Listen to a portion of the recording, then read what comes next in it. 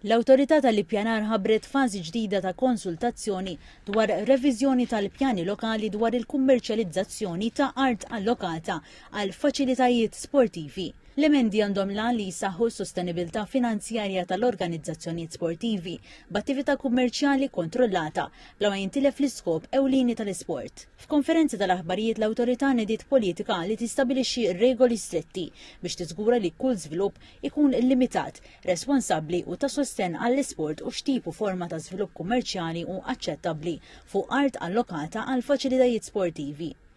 Il-manager fid-Dipartiment tal-Ippjanar Strateġiku fl-Awtorità Ivan Fava spjega li l-policy tistabilixxi qafas ta' pjanar ċaru konsistenti li jagħti lok li l-knabżu l-faċilitajiet sportivi jisaħħu l-operat ekonomiku tagħhom. Bħala proċess dan kien inbeda bl-introduzzjoni ta' liġi sussidjarja illi tkellmet fuq il-possibilità li faċilitajiet sportivi ikollhom aspett kummerċjali fihom.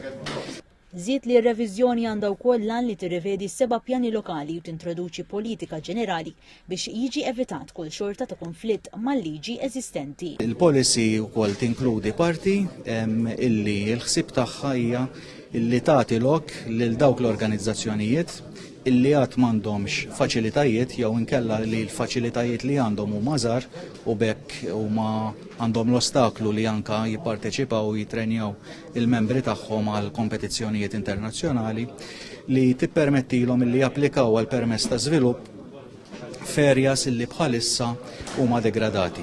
Bidliet oħra importanti jinkludu dħul ta' miżuri li jiggarantixxu aċċess pubbliku u jipproteġu l-wirt, il-kwalità tal-ħajja tar-residenti u l-ambjent.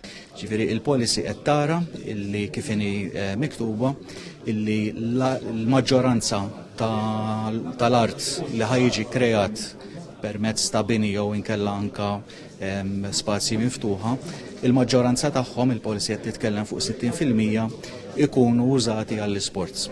Huwa biss l-40% jew il-massimu ta' 40% illi il-policy ħadd tippermetti li jkun hemm l-aspett kummerċjali fihom. Alana Bera mill-Malta Premier League sostna li din il-politika toħloq bilanċ xieraq biex l-entitajiet sportivi kollhom dħul sostenibbli waqt li l-poplu jingħata valur aċċettabbli għal proprjetà pubblika. Fl-aħħar il-klabs ovvjament ħajaslu biex ikunu jistgħu jikkommerċjalizzaw l-artijiet tagħhom li huwa pass importanti l qudiem biex iktar ma jgħaddi żmien inqas tonqos id-dipendenza fuq l-individwi li jsussidjaw il-klabs u l-klabs isiru aktar self-sustainable.